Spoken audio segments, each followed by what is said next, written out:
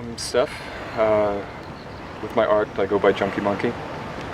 I'm a student at AUP in Paris, from Trinidad and Tobago. Yeah, that's me.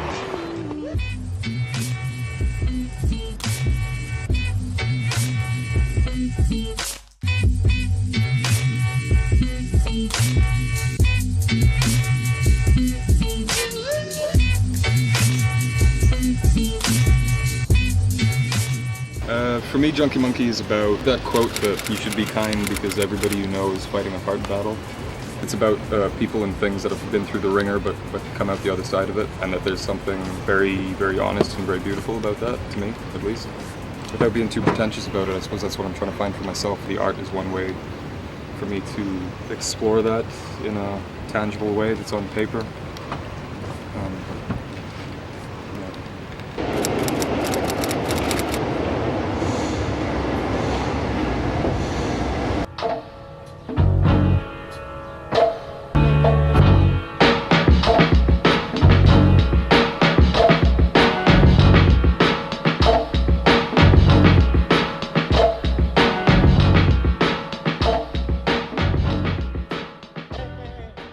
I am a recovering addict. I had a lot of problems with addiction that led into some stuff with PTSD, depression, and all sorts of shit.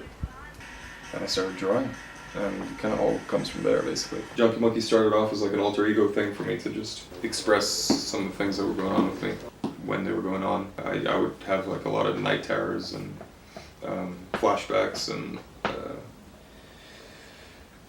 don't know, just a lot of not nice stuff, and the drawing, even though it was really, really shit in the beginning, it was really helpful to me just to have something to express myself on. But they were like a lot of these sort of things where they were like super cartoony, like Igor the post-lobotomy monkey, more monkeys. This was like a quote that I was obsessed with when I was younger, well, when I was going through some stuff. Without realizing it, I fought to keep my two worlds separated. Without ever knowing why, I made sure, whenever possible, that nothing passed between the compartmentalization that I'd created between the day child and the night child. Kind of speaks to the whole Junkie being an alter ego for something that I was trying to express back in the day. And it stuck. It just makes sense, right?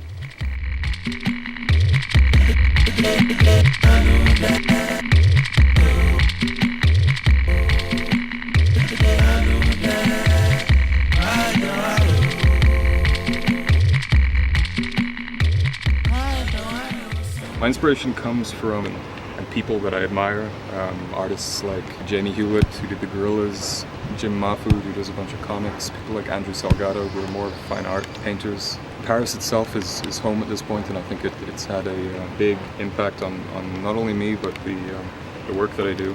It's weird, because Paris is like one of the foremost aesthetic cities of the world. And yet you also have like an incredible roughness to it when you get further out. A combination of that, the architecture in Paris, which comes up in some of the tattoos that I throw onto the stuff that I draw. The music as well. Music is a big thing for me. I listen to like a lot of like really dirty, shitty folk punk and that sort of thing, which people can't stand, and so I really try not to play it for anybody. But I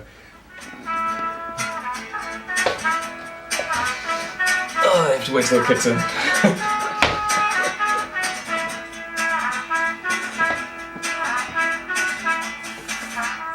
For every drug problem that got stopped in its tracks by trip to rehab.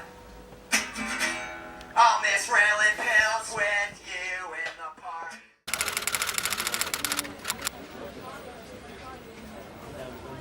It started off as like art therapy. It started off as a hobby, just something to kind of keep me preoccupied when I was getting clean and everything. And at this point, I'm just going to keep going. It's an obsession. Hopefully some more exhibits around Paris would be nice. I'm trying to apply to some tattoo studios at the moment to see if I can do that kind of thing. I don't know, regardless of what I end up doing or what I'm doing, I'm sure the art's going to be there and it's going to be a part of it. It's just, it's too obsessive at this point for it not to be. So I don't know, I guess we'll see where it goes. Yeah.